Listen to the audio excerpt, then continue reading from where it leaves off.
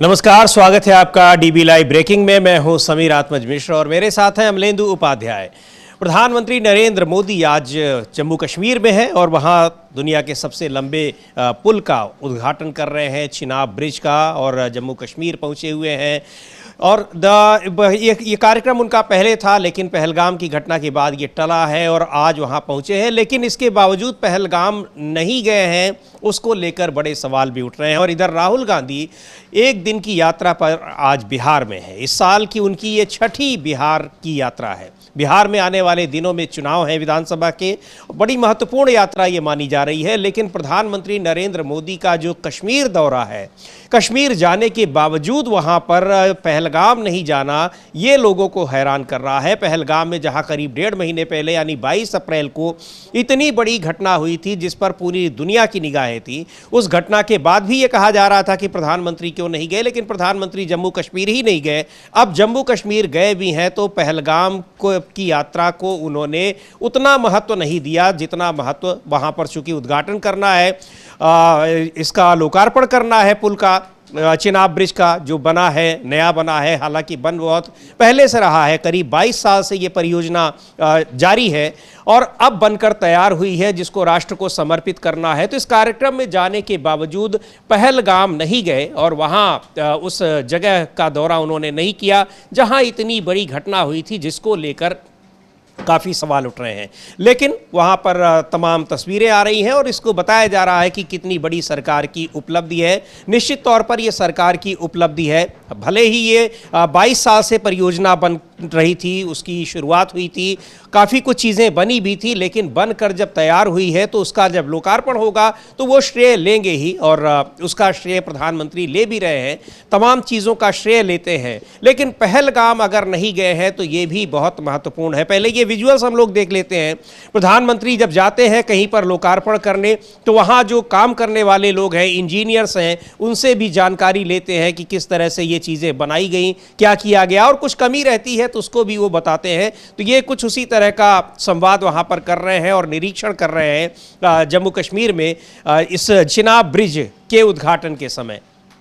लेकिन पहलगाम अगर नहीं गए हैं तो पहलगाम क्यों नहीं गए हैं, ये सवाल उनसे पूछा जा रहा है। हालांकि सवाल भले ही पूछा जा रहा है, जवाब तो प्रधानमंत्री की तरफ से वैसे भी नहीं मिलना है और ना ही प्रधानमंत्री के कार्यालय की तरफ से कोई जवाब मिलना है कि आप क्यों नहीं गए। सवालों का जवाब नहीं मिलता है। प्रधानमंत्री जो कह रहे हैं, जो कर रहे हैं, उसको आप देखिए और उसी को आप सुनिए। इसके अलावा सवाल नहीं पूछा जाता है। सवाल पूछे जाने पर फिर आपके खिलाफ बहुत सारे आरोप लगने लगते हैं। तो जाहिर सी बात है कि पहलगाम न जाने को लेकर भी सवाल अगर पूछे जा रहे हैं तो जवाब नहीं मिलेगा, लेकिन अगर सवाल ज़्यादा पूछ लिए गए तो फिर वो आरोप ज़रूर लग जाएंगे।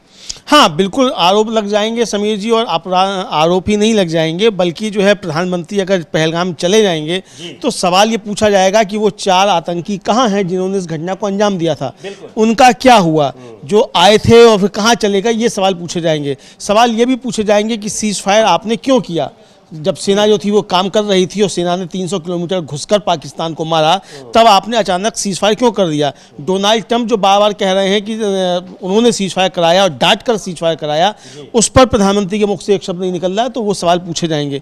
और सवाल ये भी पूछे जाएंगे कि ऑपरेशन सिंदूर जिस दौरान चल रहा था उस दौरान प्रधानमंत्री क्या कर रहे थे, प्रधानमंत्री कहाँ थे, प्रधानमंत्री का ट्विटर हैंडल खामोश क्यों था।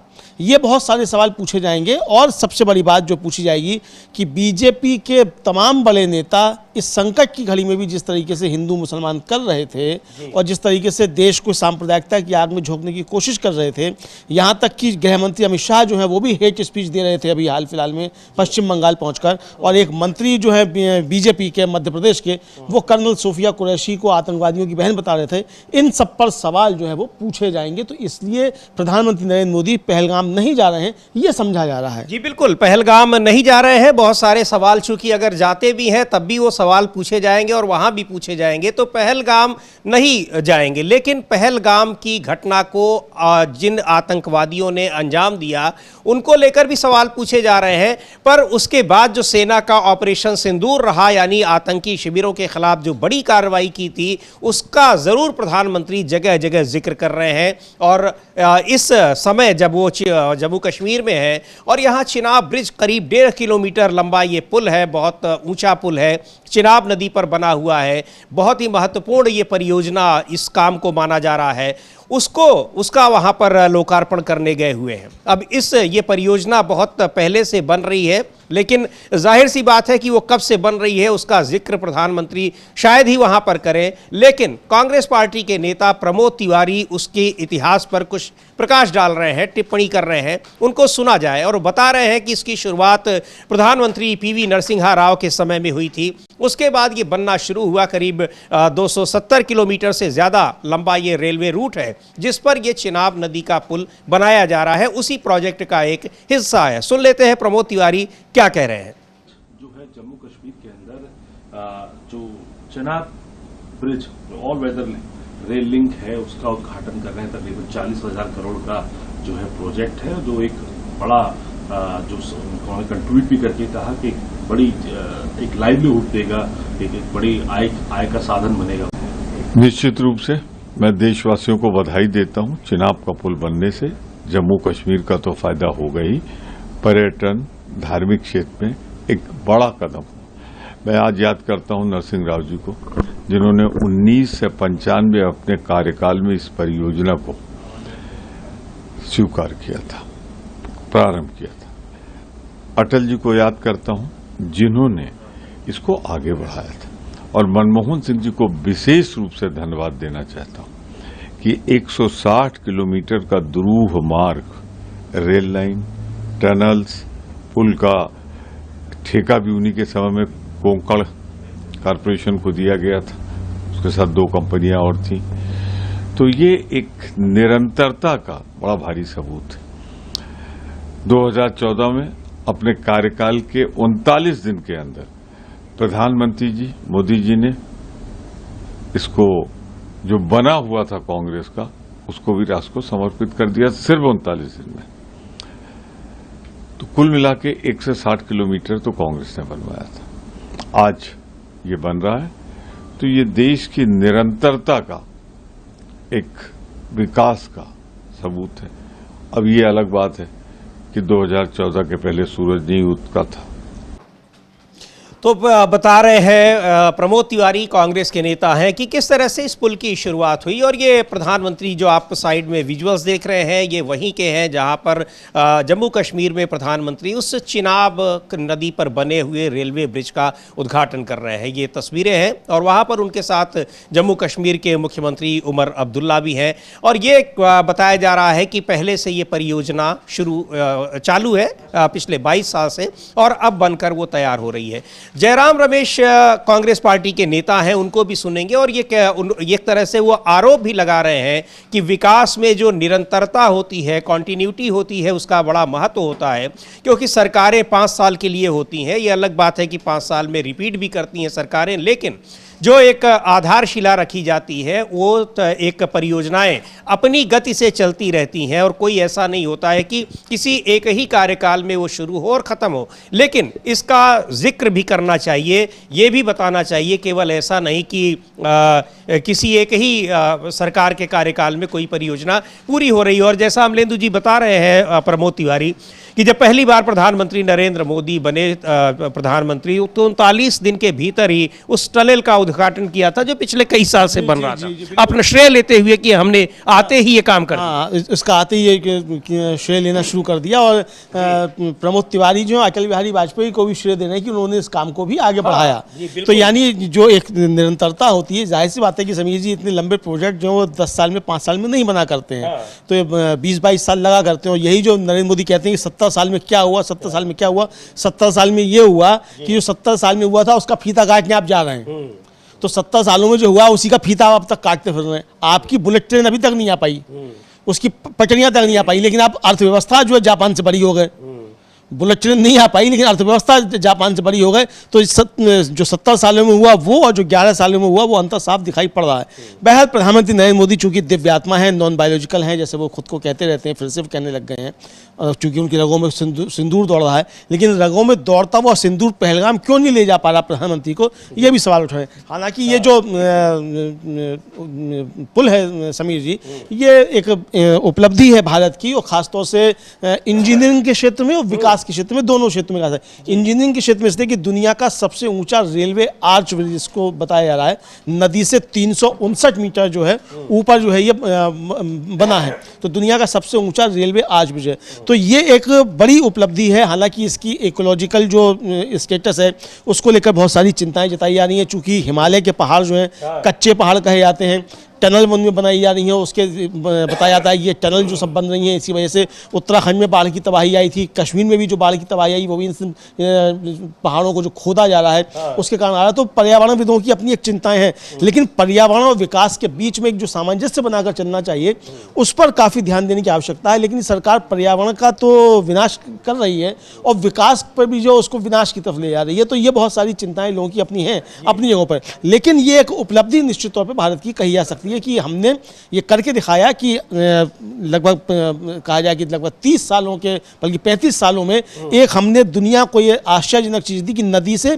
359 मीटर यानी समझिए लगभग आधा किलोमीटर ऊपर जो है नदी से ये रेलवे का आर्च ब्रिज बन रहा है, जो दुनिया में अभी तक कहीं नहीं है। और दूसरे ये भी है कि इस दुर्गम इलाके में वहां पर जहां जिस क्षेत्र में ये बन रहा है जम्मू कश्मीर के बहुत ही दुर्गम इलाका है और वहां इस तरह से ये एक बड़ी उपलब्धि है जहां ये निर्माण कार्य हुआ है और चिनाब नदी पर ये पुल बना है जो कि एक लंबी रेलवे परियोजना का हिस्सा है। और एक बार सुनते हैं कि क्या कह रहे हैं जयराम रमेश कि किस तरह से जो विकास की योजनाएं बनती हैं, लॉन्ग टर्म योजनाएं बनती हैं, उनमें कॉन्टिन्यूटी का यानी निरंतरता का कितना महत्व होता है। निरंतरता का मतलब यह है कि उसकी शुरुआत एक बार होती है और उसके बाद आगे आने वाली सरकारें उसको कैसे बढ़ाती हैं। और निश्चित तौर पर उन सरकारों को भी श्रेय दिया जाना चाहिए जिन्होंने इसकी शुरुआत की है, जो बात थोड़ी देर पहले प्रमोद तिवारी कह रहे थे। तो सुनते हैं जयराम रमेश को क्या कह रहे हैं। Railway link on the Chenab Bridge today that will boost the perennially in search of self-glorification and self-publicity.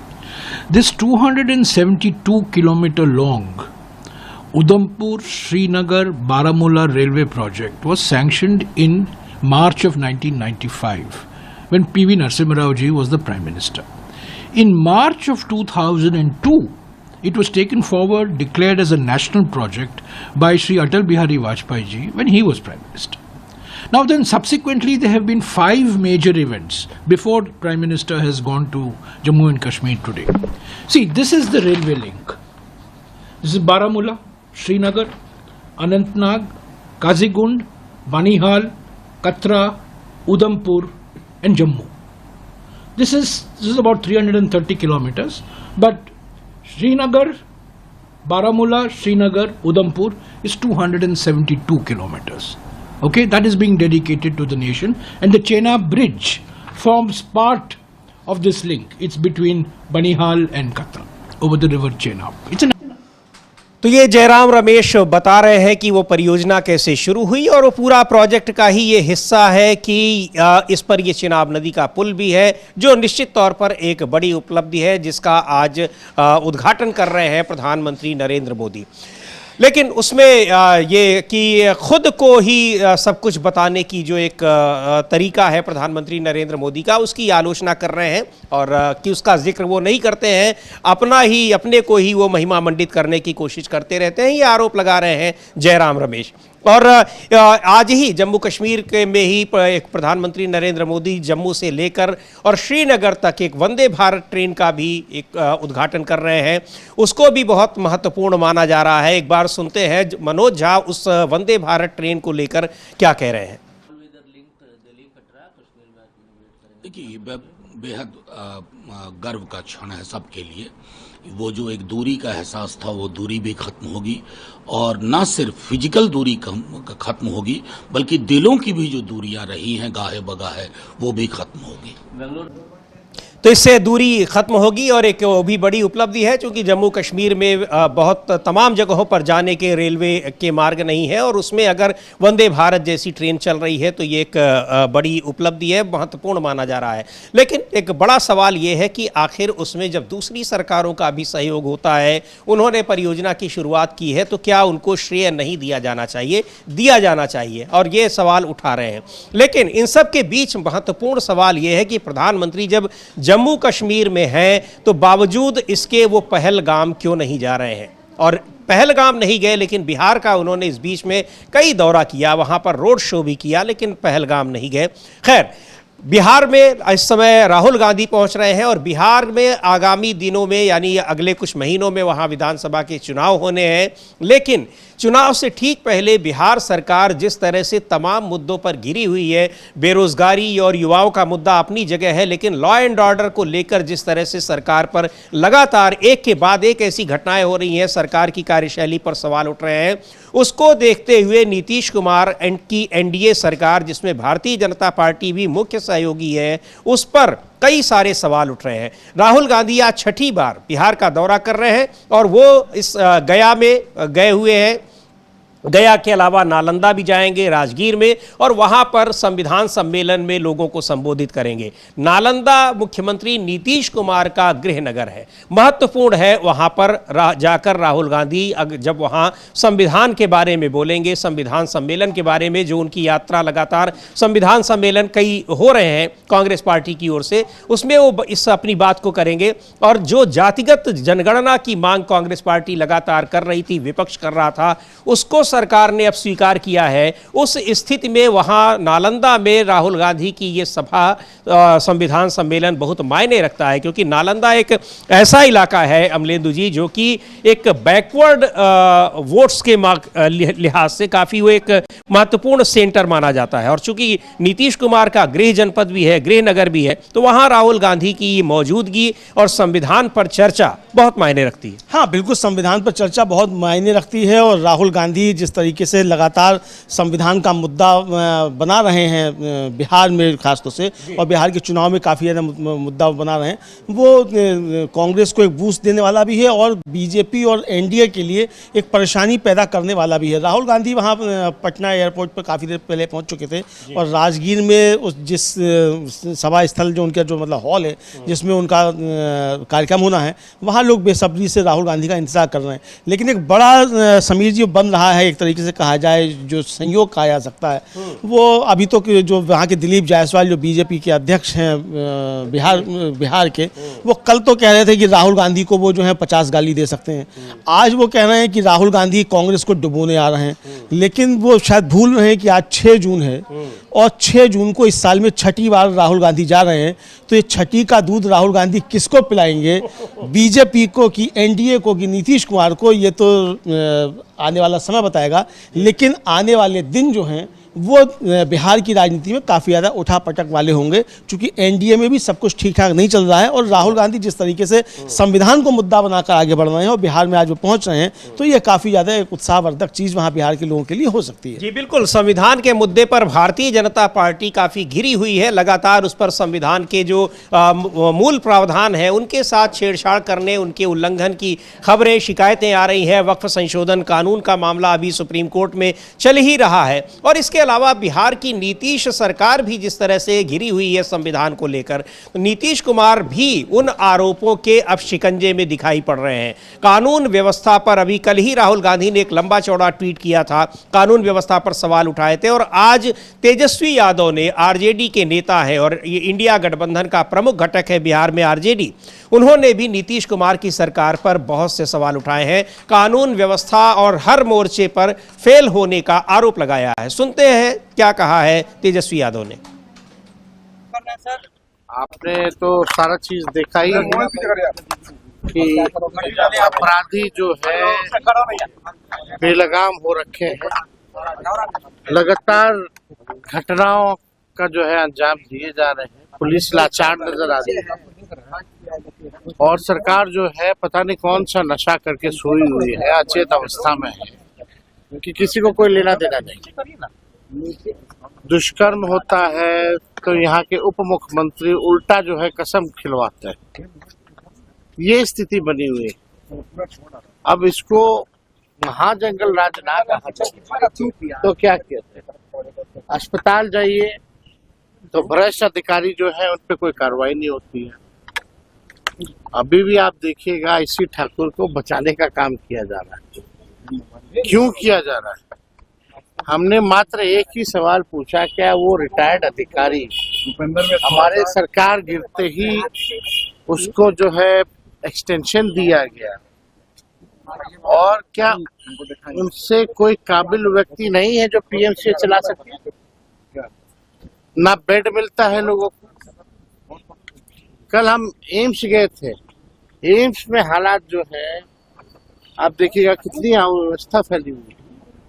लोग सड़कों पर जो है लेटे हुए हैं, लोगों को बेड नहीं मिल रहा। एम्स से निकले तो लोग हमको घेरे कि भाई हमको बेड दिला दीजिए, बेड दिला दीजिए। ये स्थिति बनी हुई।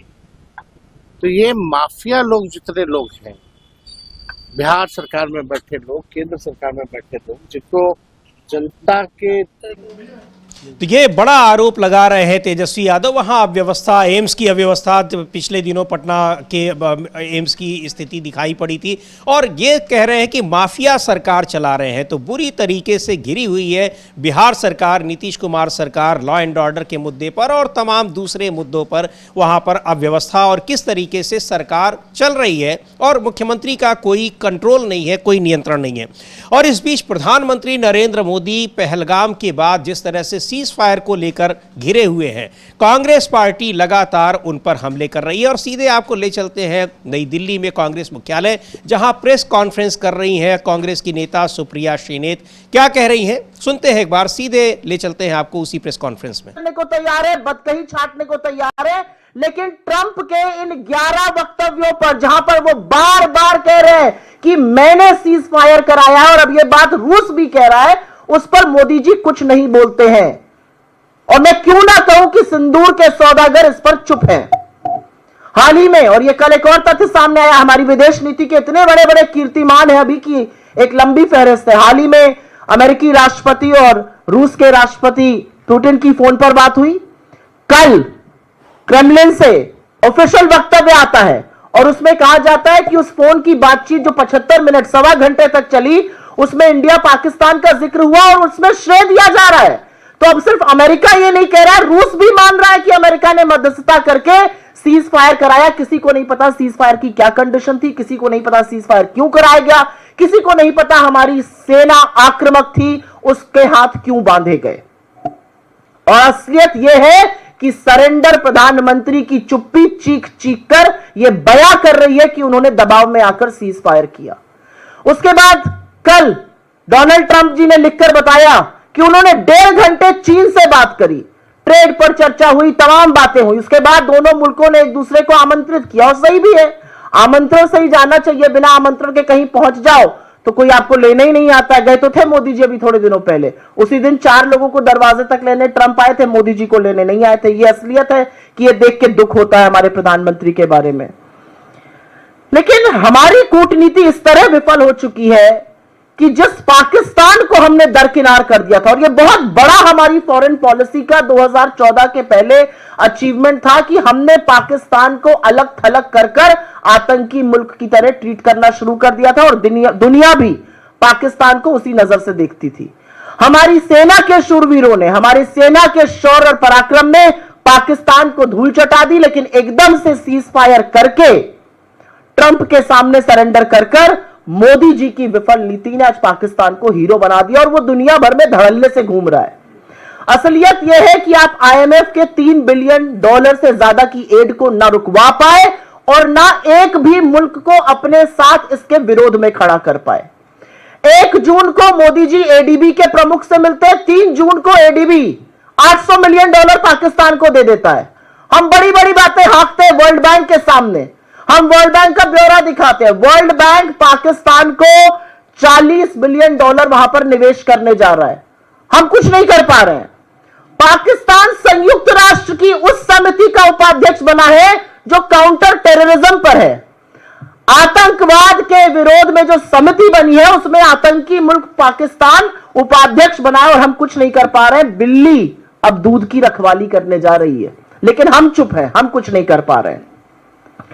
पाकिस्तान के बिलावल भुट्टो, उनको शादी ब्याह में नाचने के बाद फुर्सत मिली है तो वो अमेरिका जाकर संयुक्त राष्ट्र में खड़े होकर 45 मिनट तक भारत के खिलाफ जहर उगल रहे हैं। उनके लिए लाल कालीन बिछा रहा है अमेरिका। तो सवाल इस बात का है कि जब 27 तारीख को हमारा डेलीगेशन कुवैत पहुंचता है और वहां पर अपना पक्ष रखता है, तो कुवैत 28 तारीख को पाकिस्तान पर 19 साल के लगे वीजा प्रतिबंध को क्यों हटा देता है और आज बड़े बड़े देश पाकिस्तान के साथ खड़े हुए उनके खेमे में क्यों नजर आ रहे हैं? असलियत यह है कि रूस ने हमारे बारे में अभी तक एक भी बोल्ड वक्तव्य नहीं दिया। असलियत यह है कि पाकिस्तान दुनिया भर में जा रहा है, उसको लाल कालीन एक रेड कारपेट वेलकम मिल रहा है। वो पाकिस्तान जो अलग थलग पड़ा था आज मेन स्ट्रीम में आ गया है। असलियत यह है कि अमेरिकी राष्ट्रपति पाकिस्तान के नेता को भी महान बता रहे हैं, उस आतंकी मुल्क के नेता को जहां पर हाफिज सईद, जहां पर मसूद अजहर, जहां पर दाऊद इब्राहिम, जहां पर उनका उसामा बिन लादेन मिला था। वो आज महान देश हो गया है और पाकिस्तान और हिंदुस्तान का नाम एक ही सांस में ले रहे हैं, हमारे समकक्ष लाके हमारी बराबरी में लाकर खड़ा कर रहे हैं। हम उस पर कोई प्रतिकार नहीं कर पा रहे हैं। हमारा सबसे बड़ा फॉरेन पॉलिसी का यह क्लेम था 2014 के पहले कि हमने हाइफनेट कर दिया था, हिंदुस्तान और पाकिस्तान का नाम कोई एक साथ ले ही नहीं सकता था। आज वो डिहाइफनेशन हो चुका है। अमेरिका टर्की से $300 मिलियन की डील कर रहा है, वो टर्की जो पाकिस्तान को हमारे खिलाफ असलहे दे रहा था। हम कुछ नहीं कर पा रहे, हमारी विदेश नीति बिल्कुल चुप बैठी है। हमारा सदाबहार मित्र ऑल वेदर एलाय रूस हमारे बारे में तो कोई ठोस वक्तव्य नहीं दे रहा है, न पाकिस्तान की निंदा कर रहा है, बल्कि पाकिस्तान से $2.5 बिलियन की एक डील करके उनके पावर प्लांट्स को रेजरेक्ट करने जा रहा है। और चीन के बारे में तो क्या ही कहा जाए, वो तो पाकिस्तान का ऐसा हम प्याला हम निवाला हुआ पड़ा। और इसके बारे में चेतावनी सबसे पहले नेता विपक्ष राहुल गांधी जी ने सालों पहले देश के सदन में दी थी कि पाकिस्तान और चीन को एक साथ आने से किसी भी कीमत पर रोकना है, यह घातक होगा। हमारी विदेश नीति का एक और कीर्तिमान है जिसका मैंने जिक्र किया था अभी थोड़ी देर पहले। कनाडा जैसा देश हमें G7 का इनवाइट नहीं भेजता है। असलियत यह है कि हम अपने आप को वर्ल्ड की 4th लार्जेस्ट इकोनॉमी कह रहे हैं, हम अपने आप को फास्टेस्ट ग्रोइंग इकोनॉमी कह रहे हैं। यह अलग बात है कि सरकार के खुद के आर्थिक सलाहकार इस पर सवाल उठा रहे हैं, लेकिन कनाडा जैसा देश हमें G7 की इनवाइट नहीं भेजता है। वही कनाडा जहां पर मुझे याद है 2010 में राष्ट्रपति बराक ओबामा ने डॉक्टर मनमोहन सिंह के लिए G20 समिट में कहा था, When the Prime Minister of India, Dr. Manmohan Singh speaks, the world listens. जब मनमोहन सिंह बोलते हैं तो दुनिया उनकी बात सुनती है। यह बात कनाडा के सॉइल पर कही गई थी और आज वो कनाडा की हिमाकत है कि हमें G7 का न्योता आमंत्रण नहीं भेज रहा है। और अंत में मुझे एक बात का बहुत दुख है, और तो ये बार बार ये सवाल पूछे जा रहे हैं, तमाम सवाल प्रधानमंत्री से, सीज फायर क्यों हुआ, यानी जो नरेंद्र सरेंडर की बात कही राहुल गांधी ने कि क्यों ऐसा हुआ, आप क्यों सरेंडर कर गए अमेरिका के आगे। और इस समय राहुल गांधी हैं बिहार में, अभी आपको हमने बताया, गया में, उसके बाद फिर उनका संविधान सम्मेलन है नालंदा के राजगीर में। लेकिन इस बीच बड़ी खबर आ रही है कि राहुल गांधी के बिहार दौरे के दौरान मुख्यमंत्री नीतीश कुमार अचानक अपने 2 मंत्रियों के साथ पहुंचे हैं दिल्ली। किस वजह से पहुंचे हैं, क्या कारण हो सकता है और क्या उसका एजेंडा है, इसके बारे में अमलेंदु जी क्या जानकारी मिल रही है? हाँ, जो जानकारी मिल रही है समीर जी, उसके मुताबिक ये है कि नीतीश कुमार अपने 2 चौधरी मंत्रियों के साथ दिल्ली आए हैं और वहाँ से सुबह चले हैं वो पटना से।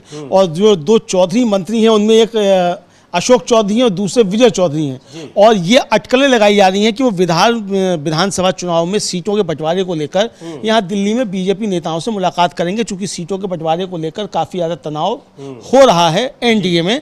तो नीतीश कुमार आ रहे हैं दिल्ली और ये कहा जा रहा है समीर जी कि नीतीश कुमार की पॉलिटिक्स की जो है वो कुछ गड़बड़ा रही है और जिस तरीके से चिराग पासवान को वहाँ बीजेपी प्रेशर दे रही है, आगे बढ़ा रही है, तो नीतीश कुमार को लग रहा है कि अब चिराग पासवान के जरिए बीजेपी चुनाव से पहले ही उनके साथ कोई बड़ा खेल कर सकती है। तो नीतीश कुमार अब दिल्ली में आकर ये 2 टूक फैसला करना चाहते हैं बीजेपी नेतृत्व के साथ कि बताइए आपको चिराग पासवान को साथ रखना है कि मुझको साथ रखना है। इधर राहुल गांधी ने जिस तरीके से तड़ातड़ हमला कल किया है कानून व्यवस्था को लेकर और पहली बार एक तरीके से नीतीश कुमार का नाम लेकर सीधे सीधे उन्होंने जो हमला किया है उससे नीतीश कुमार बहुत ज़्यादा घबरा गए हैं कि ये सारा जो कानून व्यवस्था का मसला है वो सारा दोषारोपण नीतीश कुमार के ऊपर आ रहा है। विपक्ष भी नीतीश को घेर रहा है और नीतीश के सहयोगी भी नीतीश को घेर रहे हैं और बीजेपी इसमें मजे ले रही है कि जो आना है सारा दोष वो नीतीश के ऊपर आए और बीजेपी इससे साफ निकल जाए। तो नीतीश ये साफ करना चाहते हैं कि ये जो कानून व्यवस्था का दोष है ये अकेले नीतीश के ऊपर नहीं आएगा, बीजेपी इसमें बड़ी भागीदार है। बीजेपी की वजह से जो काम खराब हो रहा है, क्योंकि कई बीजेपी नेताओं के जिस तरीके के वीडियोस वायरल हुए मार पिटाई के और तमाम चीज़ों के, उसको लेकर नीतीश कुमार साफ कहना चाहते हैं कि ये कानून व्यवस्था बीजेपी के लोग खराब कर रहे हैं। तो नीतीश कुमार जो आए हैं अशोक चौधरी और विजय चौधरी के साथ सुबह चले हैं पटना से, वो राहुल गांधी जैसे ही बिहार पहुंचे वैसे ही नीतीश कुमार वहां से चल दिए। एक बात बताइए अमलेंदु जी, अभी 2 दिन पहले ही प्रधानमंत्री वहां पर थे, तो कुछ 2-4 दिन पहले उसके अलावा वहां मुख्यमंत्री नीतीश कुमार भी थे। अचानक राहुल गांधी के इस दौरे के समय ये अपने मंत्रियों को भेजना, ये क्या बता रहा है? सीटों पर समझौता होने की बात होती या एनडीए कैंडिडेट घोषित करने की बात होती तो पहले भी हो सकता था। चिराग पासवान का जब ये बयान आया था कि वो चुनाव लड़ेंगे, विधायक वो पीएम के दौरे के दौरान ही था जब वो वहां पर थे नीतीश कुमार के साथ। अचानक क्या ये नीतीश कुमार ये संदेश भिजवाना चाहते हैं कि आप बताइए, फाइनल करिए, नहीं हम कुछ और फाइनल करने जा रहे हैं, कुछ इस तरह की बातें हैं क्या? हाँ। या एक तरह से वो दबाव बनाने की कोशिश कर रहे हैं अपने मंत्रियों को भेजकर? नहीं, वो अपने मंत्रियों को भेजकर। और देखिए समीर जी, अभी जब प्रधानमंत्री नरेंद्र मोदी थे बिहार में और उस समय भी प्रधानमंत्री ने नीतीश कुमार का नाम ये प्रस्तावित नहीं किया कि वो बिहार के मुख्यमंत्री के तौर पे बीजेपी उनको प्रोजेक्ट करेगी या एनडीए उनको प्रोजेक्ट करेगा, ये उन्होंने नहीं कहा। और नीतीश कुमार कई बार जो थे हाथ जोड़ते हुए नजर आए, लगभग 1 मिनट का वीडियो था, हम लोगों ने चलवाया भी था। और उसके बाद जिस तरीके से नीतीश कुमार ने जनता से कहा कि सब उठकर खड़े होइए और इनका स्वागत कीजिए, और मतलब एक तरीके से प्रधानमंत्री को यह बताने की कोशिश की कि हम आपके बहुत ताबेदार हैं और आप अब हमको घोषित कर दीजिए, लेकिन उन्होंने घोषित नहीं किया। इधर जो चर्चा चल रही है ये देखिए, ये उसी दिन का वीडियो है। ये उसी दिन का वीडियो है जब प्रधानमंत्री नरेंद्र मोदी के साथ बैठे हुए हैं नीतीश कुमार वहां पर मंच पर। हालांकि 2 रोड शो हुआ, पटना में एक रोड शो प्रधानमंत्री ने किया, उसमें नीतीश कुमार नहीं थे, लेकिन बाद में दूसरे रोड शो में वो शामिल हुए। और अब आज जब राहुल गांधी पटना बिहार में पहुंचे हुए हैं, गया और नालंदा में, तो बड़ी खबर आ रही है कि अचानक नीतीश कुमार ने अपने 2 मंत्रियों अशोक चौधरी और विजय चौधरी को रवाना कर दिया है नई दिल्ली, वो बात करने के लिए एनडीए। साथ में नीतीश भी अपने 2 मंत्रियों के साथ नीतीश कुमार गए हुए हैं। अब यह सवाल उठ रहा है कि अचानक ऐसी कौन सी बात आ गई, ऐसा क्या हुआ, जबकि प्रधानमंत्री तो इस समय जम्मू कश्मीर में है, लेकिन प्रधानमंत्री आएंगे वहां से और अचानक ये दौरा बड़ा मायने रख रहा है, क्योंकि पहले से इस दौरे की कोई जानकारी, कोई सूचना नहीं थी। हाँ, पहले से कोई जानकारी नहीं थी, पहले से कोई कार्यक्रम तय नहीं था। नीतीश कुमार का रहा हो कार्यक्रम, लेकिन सार्वजनिक तौर पर कार्यक्रम घोषित नहीं था। और कहा यह जा रहा है, जो सूचना आ रही है पटना से, कि ये कार्यक्रम अचानक बना है और सुबह ही अचानक ये कार्यक्रम बना है। और राहुल गांधी ने वहां जाकर, जैसे कल रात को जब राहुल गांधी ने सीधा सीधा हमला बोला, उसके बाद जो है वो जेडीयू में बेचैनी काफी ज्यादा बढ़ गई और ये लगने लगा कि बीजेपी नीतीश कुमार को डुबाकर ही मानेगी और विपक्ष इस मसले को काफी तेजी से उठा रहा है, खासतौर से राहुल गांधी आ रहे हैं। तो राहुल गांधी ने अभी तक सिर्फ संविधान की बात कर रहे थे, जाति के जनगणना की बात कर रहे थे, कानून व्यवस्था को लेकर राहुल गांधी सीधे इस तरह की बात नहीं कर रहे थे। और जो मुजफ्फरपुर भी रहते तो बिहार सरकार, उन्होंने नीतीश कुमार का नाम बीजेपी पे हमला कर रहे थे, एनडीए पे हमला कर रहे थे, डबल इंजन की सरकार कर रहे थे, लेकिन नीतीश कुमार का नाम नहीं ले रहे थे। अब राहुल गांधी ने सीधे नीतीश कुमार का कल नाम लेकर ट्वीट किया है। और समीर जी, जिस तरीके से लगातार वहां बिहार कांग्रेस जो है वो नीतीश कुमार को घेर रही है, वहां के जो स्वास्थ्य मंत्री हैं मंगल पांडे, उनके घर पर प्रदर्शन हो रहा है, जगह जगह प्रदर्शन हो रहे हैं। और कल तो काफी ज्यादा जो मंगल पांडे घर पर विवाद हुआ, कांग्रेस के नेताओं ने वहां प्रदर्शन किया। तो नीतीश कुमार को भी लग रहा है कि कांग्रेस इसमें वो लीड लेती दिखाई पड़ रही है और जो प्रताड़ित वर्ग है वो अभी तक नीतीश कुमार का मतदाता समझा जाता था, जिसकी आवाज अब राहुल गांधी उठा रहे हैं। तो नीतीश कुमार अब बहुत ज्यादा घबराए हुए नजर आ रहे हैं कि अगर बीजेपी भी उनके साथ खेल कर रही है और विपक्ष इस तरीके से आगे बढ़त ले रहा है, तो नीतीश कुमार आखिर क्या करेंगे, कहां जाएंगे। तो ये देखते हुए नीतीश कुमार जो है वो एकदम से दिल्ली भागे हैं और विजय चौधरी और अशोक चौधरी को लेकर आए हैं। अशोक चौधरी दलित नेता हैं, ये भी सबको मालूम है, और तो इसलिए वो आए हैं। और दिल्ली में अब लगता है कि वो 2 टूक बात करना चाहते हैं अमित शाह और जेपी नड्डा से कि आप बताइए कि सीटों का बंटवारा क्या होगा और नीतीश कुमार को मुख्यमंत्री के तौर पे एनडीए प्रोजेक्ट करेगा या नहीं करेगा। इधर खबर समझ लीजिए है कि नीतीश कुमार अपने बेटे निशांत कुमार की राजनीति में एंट्री का भी ऐलान कर सकते हैं। दूसरी तरफ जो राष्ट्रीय लोक मोर्चा है, जो उपेंद्र कुशवाहा अपना शक्ति प्रदर्शन करने जा रहे हैं 8 मार्च को मुजफ्फरपुर में, और बड़ी एक रैली करने जा रहे हैं। और उनका भी एक बयान जो था बहुत नहीं जून 8 जून को 8 जून को और उनका भी एक बयान बहुत ज्यादा वायरल हुआ था। वो कह रहे थे कि अगर उपेंद्र कुशवाहा डूबेगा तो एनडीए भी डूबेगा। तो यानी उपेंद्र कुशवाहा भी अब बगावत की तैयारी कर रहे हैं। तो बिहार में जिस तरीके से बीजेपी हाथ रखना चाहती है चिराग पासवान पे, तो चिराग पासवान पे हाथ रखने का नुकसान जो है वो बीजेपी को ये हो सकता है कि नीतीश कुमार और रालोआ, उपेंद्र कुशवाहा और जीतन राम मांझी, ये तीनों जो है कोई अलग मोर्चा भी बना सकते हैं। क्योंकि इंडिया गठबंधन में नीतीश कुमार के लिए रास्ते बंद है और राहुल गांधी ने जब सीधे सीधे नीतीश कुमार का नाम लेकर हमला बोल दिया, इसका मतलब ये स्पष्ट होता है कि अब नीतीश कुमार की इंडिया गठबंधन में एंट्री बंद है। तो अब नीतीश कुमार क्या करेंगे?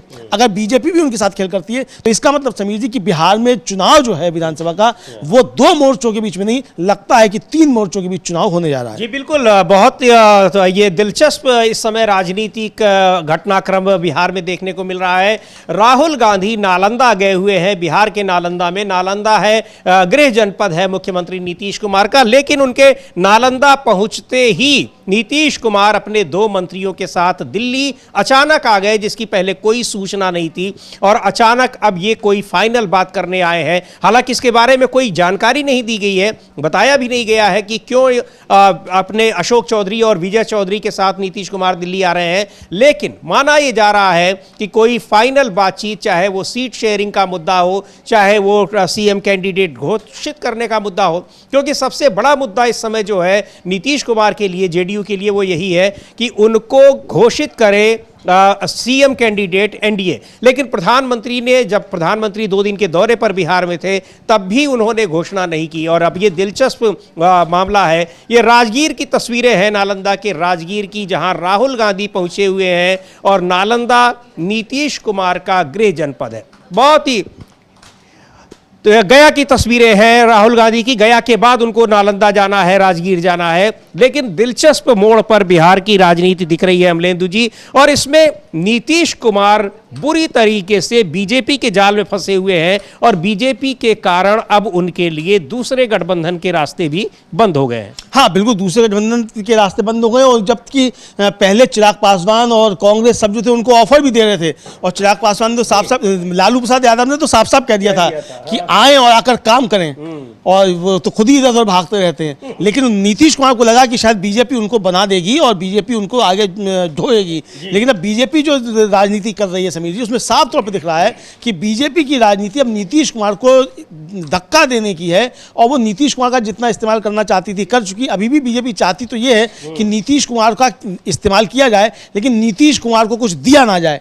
ये बीजेपी चाहती है। उसी रणनीति पर बीजेपी काम करती दिखाई पड़ती है। लेकिन नीतीश कुमार भी, जैसा कि लालू प्रसाद यादव ने भरे सदन में कहा था कि उनके हमारे तो मुंह में दांत हैं और नीतीश कुमार के पेट में दांत हैं। तो नीतीश कुमार के जो पेट के दांत बकौल लालू प्रसाद यादव हैं, वो बीजेपी शायद अभी गिन नहीं पाई है, और थोड़ी सी चालाकी बीजेपी ने की है नीतीश कुमार के साथ, उसका खमियाजा बीजेपी को भुगतना पड़ सकता है। नीतीश कुमार खुद तो डूबेंगे ही, बीजेपी को भी लेकर डूबेंगे। भले ही ये बात उपेंद्र कुशवाहा ने कही हो कि उपेंद्र कुशवाहा डूबेगा तो एनडीए डूबेगा, लेकिन नीतीश कुमार अगर डूबेंगे तो डूबेगा एनडीए भी, बिहार में भी और केंद्र में भी। जी बिल्कुल, बिहार में चूंकि केंद्र की सरकार भी नीतीश कुमार की पार्टी के सांसदों की बदौलत चल रही है, यानी जेडीयू, और दूसरी तरफ तेलुगु देशम पार्टी के सांसदों की बदौलत, तो जाहिर सी बात है कि इस समय बड़ा मुद्दा यही है कि बिहार में अगर नीतीश कुमार अलग होते हैं तो ये सीधे तौर पर इसका नुकसान होगा केंद्र सरकार पर। लेकिन अब एक प्रधानमंत्री गए और उस समय जो नीतीश कुमार की मुलाकात हुई, उससे यही लगा कि बहुत बेहतर तरीके से मुलाकात हो रही है, बहुत सौहार्दपूर्ण तरीके से हो रही है। लेकिन आज राहुल गांधी के अचानक गया और नालंदा पहुंचते ही नीतीश कुमार जब दिल्ली आए हैं, तो ये अब दिख रहा है कि नीतीश कुमार क्या चाहते हैं, और एक बहुत बड़ा दबाव बनाने की कोशिश कर रहे हैं नीतीश कुमार बीजेपी के ऊपर कि उनको सीएम कैंडिडेट घोषित करें और सीटों के बारे में, सीटों का तालमेल कैसे होगा इसके बारे में स्पष्ट करें। और यही स्पष्टता चाह रहे हैं उपेंद्र कुशवाहा भी अमलेंदु जी। और जाहिर सी बात है कि जो चिराग पासवान दबाव बना रहे हैं, बीजेपी का क्या उसके पीछे कितनी बैकिंग है ये अलग बात है, लेकिन उस बैकिंग हो या ना हो, चिराग पासवान भी दबाव बनाकर ज़्यादा से ज़्यादा सीटें हासिल करने की कोशिश में लगे हैं। लेकिन सवाल ये है कि जब सारी सहयोगी पार्टियां ही, चाहे जीतन राम मांझी हो, उपेंद्र कुशवाहा हो, या फिर चिराग पासवान हो, नीतीश कुमार, इन्हीं के 20 सीट बढ़ जाएगी तो बीजेपी कितनी सीटों पे चुनाव लड़ेगी? हाँ, तो बीजेपी का अपना चिंता स्वाभाविक है कि भाई लगातार कम सीट पे भी नीतीश कुमार को मुख्यमंत्री बना रही है। और हालांकि पिछली बार तो बीजेपी ने खेल किया था नीतीश कुमार के साथ, और खेल वही करना चाहती थी जो एकनाथ शिंदे के साथ अभी किया है उसने, तो पहले भी करना चाहती थी, लेकिन वो परिस्थितियां ऐसी बनी कि वो उस खेल के लायक ही बीजेपी नहीं रही। तो बीजेपी लेकिन अब वो खेल जरूर करना चाहती है, वो नीतीश कुमार को ढोना नहीं चाहती। लेकिन नीतीश कुमार के बिना बीजेपी का काम भी नहीं चलना, नीतीश कुमार को ये अच्छे तरीके से मालूम है। तो नीतीश कुमार अब इस मौके का फायदा उठाना चाहते हैं कि 25 से 30 जो नीतीश ने नारा दिया है, 25 से 30 बीजेपी को नीतीश कुमार को ढोना पड़ेगा। नीतीश कुमार इस बात की पक्की गारंटी चाहते हैं, और अगर बीजेपी नहीं ढोएगी तो नीतीश कुमार बीजेपी को अपनी पीठ से उतार देंगे और बीजेपी को बीच पानी में डुबो देंगे। नीतीश कुमार ये तय कर चुके हैं, ऐसा समझा जा रहा है समीर जी। बिल्कुल। और आज इस यात्रा से अचानक जो दिल्ली की यात्रा उन्होंने पटना से दिल्ली की ओर निकल पड़े अपने 2 बहुत ही प्रभावी मंत्रियों के साथ, तो ये एक बड़ा संकेत है कि किस तरीके से जो ओबीसी की राजनीति, प्रधानमंत्री अगर ओबीसी, ये इसमें भी बड़ा सिंबॉलिज्म है अमलेंदु जी कि अपने जो दलित समुदाय के नेता हैं अशोक चौधरी, उनको लेकर पहुंचे हुए हैं, सीधे तौर पर ये बताने की कोशिश कि अगर आप दलित और ओबीसी का एजेंडा चलाना चाह रहे होंगे, उसके जरिए आप जेडीयू को खत्म करने की कोशिश कर रहे होंगे एलजेपी को आगे करके, तो आप उसमें सफल नहीं हो पाएंगे। शायद ये बताने के लिए उन्होंने अपने इन 2 मंत्रियों का चुनाव किया हो नीतीश कुमार ने। हाँ बिल्कुल, इन 2 मंत्रियों का उन्होंने इसलिए चुनाव किया होगा, और ये बताने के लिए कि मजबूत उनके लोग हैं। आप अगर संजय झा और ललन सिंह के दम पे अगर कुछ करना चाहते हैं तो उसमें आप सफल नहीं होंगे। ये चूंकि ये आरोप लगते रहते हैं कि बीजेपी ललन झा और संजय झा के जरिए जेडीयू को खत्म करना चाहती है, तो नीतीश कुमार ये संकेत दे रहे हैं कि भाई उनके पास यही 2 नहीं हैं लोग, और भी उनके पास बहुत लोग हैं, और आप जेडीयू को इतनी आसानी से खत्म नहीं कर सकते कि आप जेडीयू को घोलकर पी जाएं। जेडीयू AIADMK नहीं है, ये बताने की कोशिश कर रहे हैं नीतीश कुमार, और लगातार ये संकेत बीजेपी को देते हैं कि आप जेडीयू को AIADMK मत समझिए कि आप तोड़फोड़ करवा देंगे और अपने साथ इस तरीके से मिला लेंगे। तो AIADMK नहीं है, और बिहार की राजनीति तमिलनाडु की राजनीति भी नहीं है कि आप वहाँ जयललिता का किस तरीके से इस्तेमाल कर लें और फिर उसके बाद AIADMK का आप किस तरीके से इस्तेमाल करें, तो ये आप नहीं कर सकते। ये संकेत नीतीश कुमार बार बार दे रहे हैं समीर जी। बिल्कुल, बार बार वो अपना ये संकेत दे रहे हैं, अपनी मजबूती, वो अपनी ज़रूरत भी बता रहे हैं। लेकिन इन सब के बावजूद बीजेपी पिछले कुछ महीनों से जिस तरह से नीतीश कुमार को किनारे करने की कोशिश कर रही है, उनकी पार्टी को कमज़ोर करने की कोशिश कर रही है, उसको देखते हुए ये कहा जा रहा है कि नीतीश कुमार सिर्फ और सिर्फ एक वजह से एनडीए के साथ बने हुए हैं, और वो वजह है कि आगामी चुनाव में भी उनको मुख्यमंत्री का कैंडिडेट घोषित करें। लेकिन क्या होता है क्या नहीं होता है, पर एक बार फिर बाजी पलटने की कोशिश में है नीतीश कुमार, और एक दबाव बनाने की कोशिश कर रहे हैं कि सीट शेयरिंग के मुद्दे पर जल्दी से जल्दी कोई समझौता हो। और इधर राहुल गांधी पहुंचे हुए हैं गया और नालंदा। गया में उनका कार्यक्रम है, दशरथ मांझी के घर वो जाएंगे, दशरथ मांझी की मूर्ति पर माल्यार्पण करेंगे। दशरथ मांझी वही व्यक्ति हैं जिन्होंने पहाड़ काटकर सड़क बना दी थी और बड़ा काम किया था, उन पर फिल्म भी बनी थी।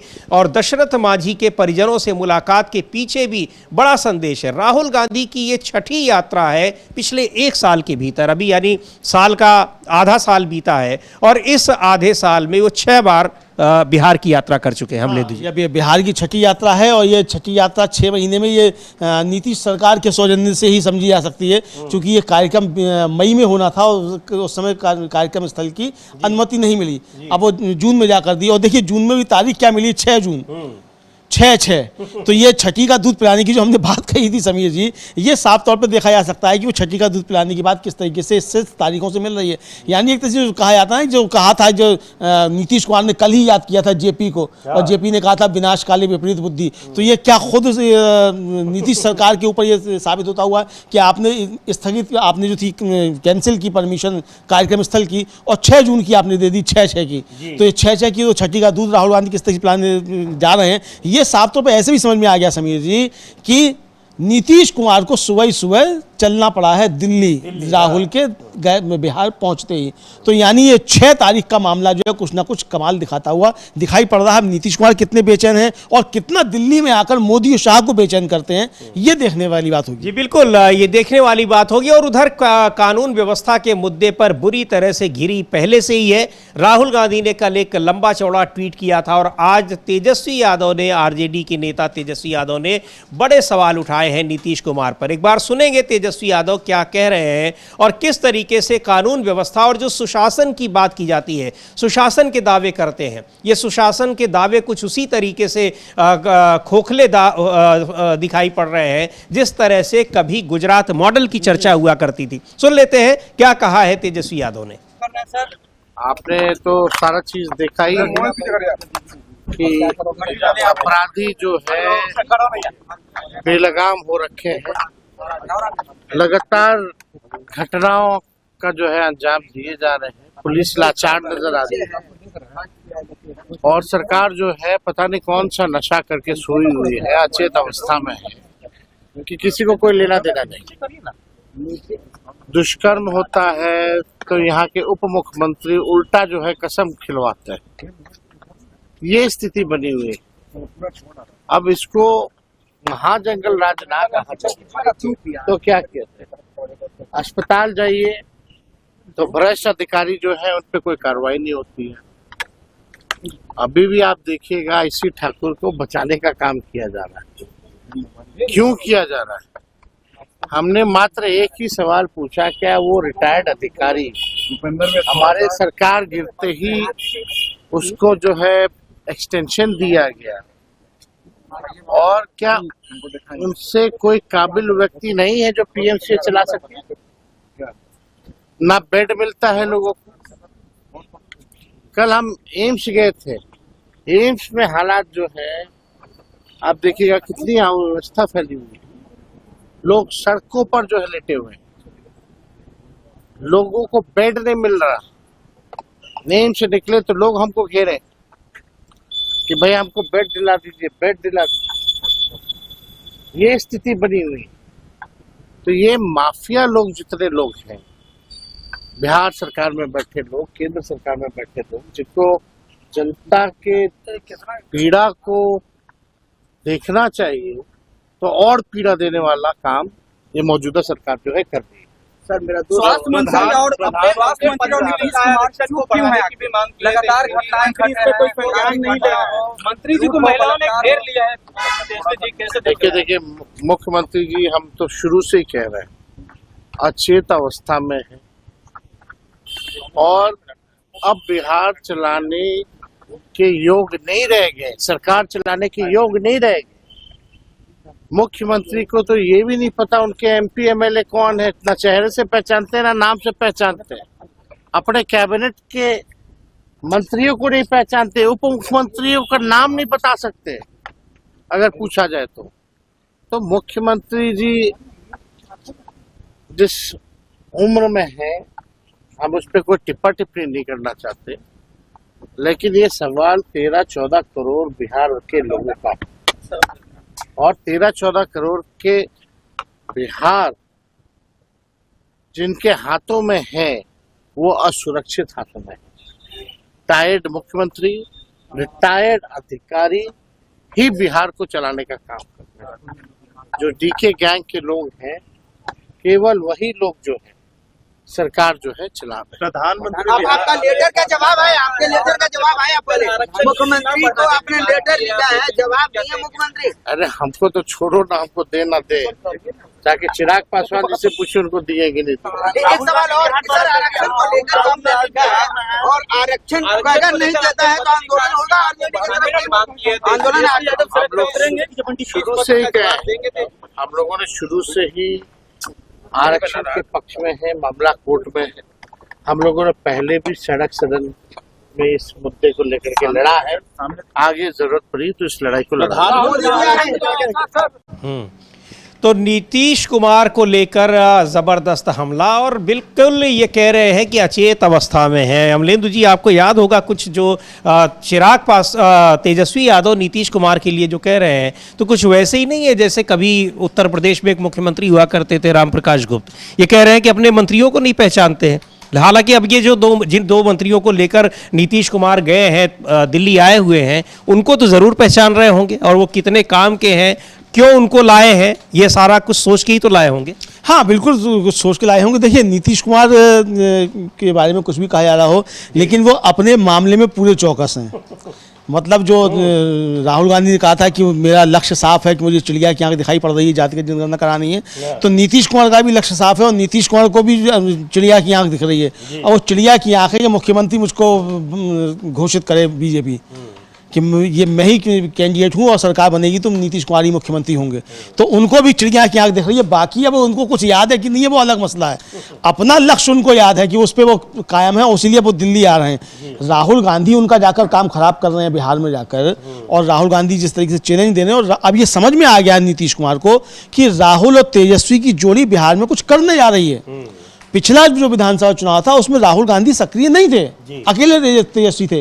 अब तेजस्वी के साथ राहुल गांधी सक्रिय, और सिर्फ सक्रिय भर नहीं है, सड़क पर उनका कार्यकर्ता भी सक्रिय, समीर जी, यानी कांग्रेस का कार्यकर्ता वहां सक्रिय है। और ये नहीं कि सब आरजेडी को साथ लेकर सक्रिय हो रहा हो, आरजेडी अलग सक्रिय है, कांग्रेस अलग सक्रिय है, दोनों। तो ये एक जो जुगलबंदी कांग्रेस की और आरजेडी वहां हो रही है, उसमें जिस तरीके से भाकपा माले साथ में जुड़ा हुआ है, तो एक बड़ा मजबूत गठबंधन वहां तैयार है। और जातिगत समीकरण के हिसाब से भी, मुद्दों के हिसाब से भी पलड़ा भारी जो है वो इंडिया गठबंधन का वहां दिखाई पड़ रहा है।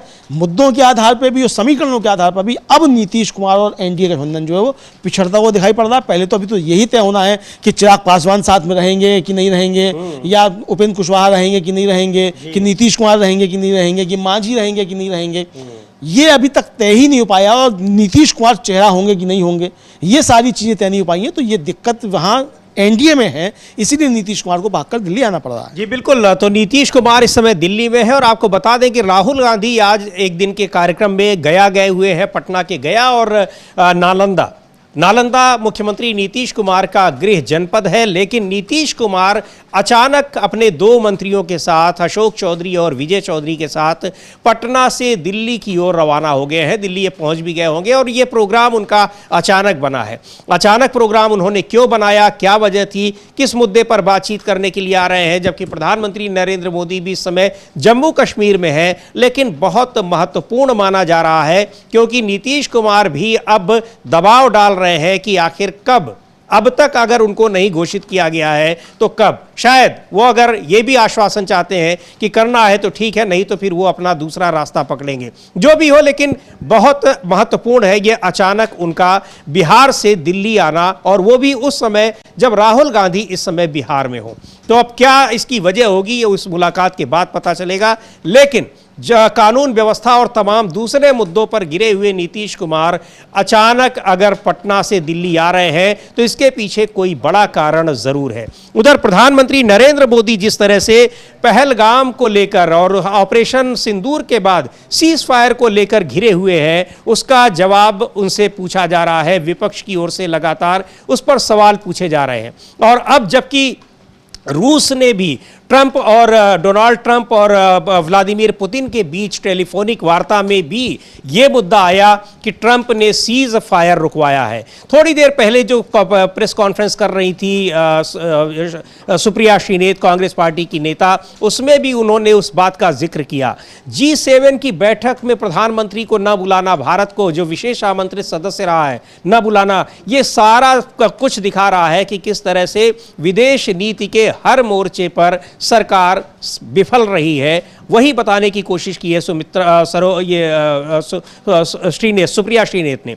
अब प्रधानमंत्री नरेंद्र मोदी किस तरीके से पहलगाम भी नहीं जा रहे हैं, पहलगाम को वो भूल गए हैं, लेकिन ऑपरेशन सिंदूर उनको हर जगह याद है। अमलेदु जी, पहलगाम नहीं गए जहां इतनी बड़ी घटना हुई, बैसरन घाटी, जहां 26 लोगों को, भारत के पर्यटकों को मार दिया गया आतंकवादियों ने, और आतंकवादी मारने के बाद कहां चले गए उसका भी अता पता नहीं चल रहा है। लेकिन अगर अमेरिका के दावे पर सवाल उठा रहा है विपक्ष, तो विपक्ष के लिए कहा जा रहा है कि वो सेना पर सवाल उठा रहा है। हाँ, विपक्ष के लिए कहा जा रहा है और सेना पर सवाल उठाया जा रहा है। और सेना पर सवाल क्यों कहा जा रहा है? क्योंकि मोदी जी का सेना की वर्दी पहने हुए था, वो पोस्टर जारी कर दिया था बीजेपी ने, तो इसलिए मोदी जी पर सवाल उठाओ तो सेना पर सवाल हो गया, क्योंकि मोदी जी ने वर्दी पहन ली थी सेना की।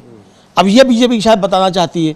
तो भाई सेना ने तो अपना काम किया, सेना ने तो 300 किलोमीटर अंदर तक घुसकर मारा पाकिस्तान को। सीज फायर तो आपने किया। जब सेना ने अपना काम किया तो आपने ट्रंप के धमकाने पर सीज फायर किया, ऐसा विपक्ष आरोप लगा रहा है। कांग्रेस लगातार ये आरोप लगा रही है, पूछ रही है कि अगर ऐसा नहीं था तो आप जवाब दीजिए। तो प्रधानमंत्री नरेंद्र मोदी जवाब दे दें कि भाई ट्रंप ने नहीं कराया था, ऐसा नहीं था। तो लेकिन प्रधानमंत्री नरेंद्र मोदी इसको नहीं बोल रहे हैं। पहलगाम भी आप नहीं जा रहे हैं। आप पहलगाम के जो हताहत हुए उनसे आप उनके घरों पर भी आप नहीं गए। आपने कानपुर का दौरा स्थगित कर दिया जब आपको जाना था। अगले दिन बिहार आप पहुंच गए चुनावी रैली करने के लिए, और बाद में भी जब आप कानपुर गए तो आप उससे शुभम द्विवेदी के परिवार से उनके घर जाकर ना मिले, आपने उनको हवाई अड्डे पर बुला लिया। तो ये आपकी संवेदना का स्तर है प्रधानमंत्री का। तो इस 78 सालों में इतना संवेदनहीन प्रधानमंत्री जो है इस देश ने नहीं देखा जितना नरेंद्र मोदी दिखाई पड़ते हैं। समीर जी जी बिल्कुल।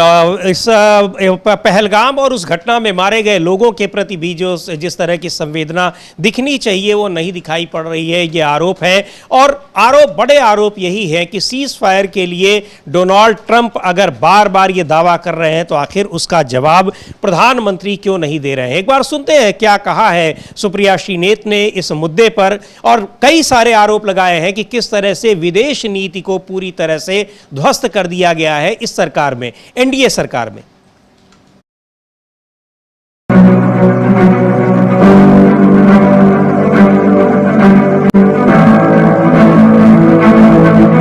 On Saturday, my administration helped broker a full and immediate ceasefire, I think a permanent one, between India and Pakistan. I said, come on, we're going to do a lot of trade with you guys. Let's stop it. Let's stop it. If you stop it, we'll do this. Okay.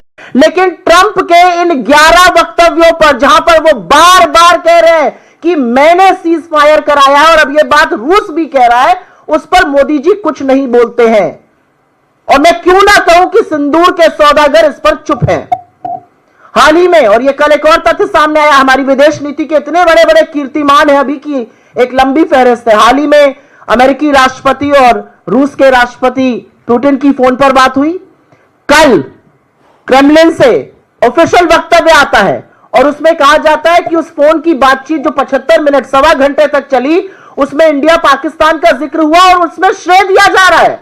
तो अब सिर्फ America ये नहीं कह रहा, रूस भी मान रहा है कि अमेरिका ने मध्यस्थता करके सीज फायर कराया। किसी को नहीं पता सीज फायर की क्या कंडीशन थी, किसी को नहीं पता सीज फायर क्यों कराया गया, किसी को नहीं पता हमारी सेना आक्रामक थी, उसके हाथ क्यों बांधे गए। और असलियत यह है कि सरेंडर प्रधानमंत्री की चुप्पी चीख चीख कर यह बयां कर रही है कि उन्होंने दबाव में आकर सीज फायर किया। उसके बाद कल डोनाल्ड ट्रंप जी ने लिखकर बताया कि उन्होंने 1.5 घंटे चीन से बात करी, ट्रेड पर चर्चा हुई, तमाम बातें हुई। उसके बाद दोनों मुल्कों ने एक दूसरे को आमंत्रित किया, और सही भी है, आमंत्रण से ही जाना चाहिए। बिना आमंत्रण के कहीं पहुंच जाओ तो कोई आपको लेने ही नहीं आता। गए तो थे मोदी जी अभी थोड़े दिनों पहले, उसी दिन 4 लोगों को दरवाजे तक लेने ट्रंप आए थे, मोदी जी को लेने नहीं आए थे। ये असलियत है कि ये देख के दुख होता है हमारे प्रधानमंत्री के बारे में। लेकिन हमारी कूटनीति इस तरह विफल हो चुकी है। तो ये बार बार डोनाल्ड ट्रंप कह रहे हैं और अब रूस भी कहने लगा है। यानी डोनाल्ड ट्रंप, अमलेंदु जी, एक एक करके जो बड़े देश हैं उनके राष्ट्रपतियों को, राष्ट्राध्यक्षों को ये बता रहे हैं कि हमने सीज फायर कराया, लेकिन भारत की ओर से कोई जवाब नहीं दिया जा रहा है। डोनाल्ड ट्रंप क्या चिढ़ा रहे हैं, जानबूझकर ऐसा कर रहे हैं? 11-12 बार वो खुद पब्लिक मीटिंग में बोल चुके हैं और अब फोन कर करके वो अलग अलग देशों के राष्ट्राध्यक्षों को बता रहे हैं। समीर जी, मुझे लगता है कि शायद डोनाल्ड ट्रंप भारत के आंतरिक मामलों में भी हस्तक्षेप कर रहे हैं, क्योंकि ये डोनाल्ड ट्रंप का बार बार कहना कि उन्होंने ही सीज फायर कराया, अगर कराया भी था तो ये बात गुप्त होनी चाहिए थी अगर आप मध्यस्थता कर रहे हैं। इसका मतलब समीर जी कि भारत सरकार या मोदी सरकार, भारत सरकार नहीं कहा जाएगा, भारत सरकार का तो स्टैंड साफ है और भारत सरकार स्पष्ट कर चुकी है कि किसी तीसरे पक्ष की मध्यस्थता हमको स्वीकार नहीं है। लेकिन मोदी सरकार जो है उसका शायद ये स्टैंड है कि तीसरे पक्ष की उसने मध्यस्थता स्वीकार की, उसके बाद सीज फायर किया। इसीलिए नरेंद्र मोदी डोनाल्ड ट्रंप का नाम नहीं ले पा रहे हैं एक भी बार, और ये नहीं कह पा रहे हैं कि आपने सीज फायर नहीं कराया, चूंकि जो भारत सरकार की नीति थी उससे मोदी सरकार हट गई। ये एक तरीके से आरोप जो है वो विपक्ष का है। तो अगर ऐसा है तो इसीलिए नरेंद्र मोदी ट्रंप का नाम लेने से बच रहे हैं और ट्रंप बार बार जो है ये बता रहे हैं कि सीज फायर उन्होंने ही कराया है और रात भर उन्होंने नरेंद्र मोदी और शहबाज शरीफ जो हैं उनको समझाया है, ये उनका बार बार कहना है। और जो कितनी बार उन्होंने कहा है वो सब आज सुप्रिया श्रीनेत ने अपनी प्रेस कॉन्फ्रेंस में वो वीडियो चलाकर बताया कि किस तरीके से डोनाल्ड ट्रंप ने कितनी बार क्या क्या कहा है। जी बिल्कुल, वहां पर लगातार ये बात कह रहे हैं और अब अलग अलग देशों के राष्ट्राध्यक्षों को फोन करके जो फोन में बातचीत उनकी हो रही है उसमें भी बता रहे हैं कि हमने भारत और पाकिस्तान के बीच ट्रेड का, व्यापार का डर दिखाकर सीज फायर कराया है। बहुत हैरानी की बात है कि आप यहाँ पर उस सवाल पूछने वालों को आप एक तरीके से सरकार विरोधी, देश विरोधी बताने की कोशिश कर रहे हैं, लेकिन डोनाल्ड ट्रंप को कुछ नहीं कह पा रहे हैं। पहले तो वो पब्लिक मीटिंग में इस बात को कह रहे हैं और अब अलग अलग देशों में फोन करके इस बात को कह रहे हैं। क्यों नहीं उनको कहा जा रहा है कि आप गलत बोल रहे हैं, और नहीं तो फिर आप स्वीकार करिए कि आखिर किस दबाव में आकर आपको सीज फायर के लिए तैयार होना पड़ा, क्योंकि ये सवाल लगातार पूछा जा रहा है और लोग ना भी पूछे तो ये जब अगर यहां पर विपक्ष की ओर से नहीं भी आता है तो डोनाल्ड ट्रंप फिर कहीं ना कहीं कह देते हैं। अब वो रूस के राष्ट्रपति से फोन करके कह रहे हैं, चीन के राष्ट्रपति से फोन करके कह रहे हैं, अलग अलग जगहों पर। तो ये क्या है, क्यों ऐसा वो कर रहे हैं? इसका मतलब सरकार कुछ छिपा रही है और सरकार से अगर सवाल पूछा जा रहा है तो सवालों को कैसे टाला जाए उसकी कोशिश में लगी है। संसद का विशेष सत्र बुलाने की मांग तो स्वीकार की ही नहीं, पूरा का पूरा विपक्ष एकजुट होकर इंडिया गठबंधन ने पत्र लिखा, लेकिन उसके बाद आया कि नहीं, अब विशेष सत्र नहीं बुलाया जाएगा, अब सीधे मानसून सत्र बुलाया जाएगा। खैर, सवाल तो पूछा ही जाएगा, चाहे मानसून सत्र में ही पूछा जाए, लेकिन ये ऐसा मुद्दा है कि बुरी तरीके से घिरे नजर आ रहे हैं प्रधानमंत्री नरेंद्र मोदी। और उधर बिहार की राजनीति जिस तरह से लगातार करवटें बदल रही है, आने वाले चुनाव में, विधानसभा चुनाव में बड़ा ही दिलचस्प एक राजनीतिक समीकरण वहां देखने को मिलने वाले हैं। बने रहिए डीबी लाइव के साथ, तमाम कार्यक्रमों को देखते रहिए। सारी खबरों पर, विश्लेषण पर हमारी नज़र है और आप भी उसके साथ बने रहिए। इस कार्यक्रम को फिलहाल यहीं समाप्त करते हैं। मुझे और अमलेंदु उपाध्याय को दीजिए अनुमति। नमस्कार।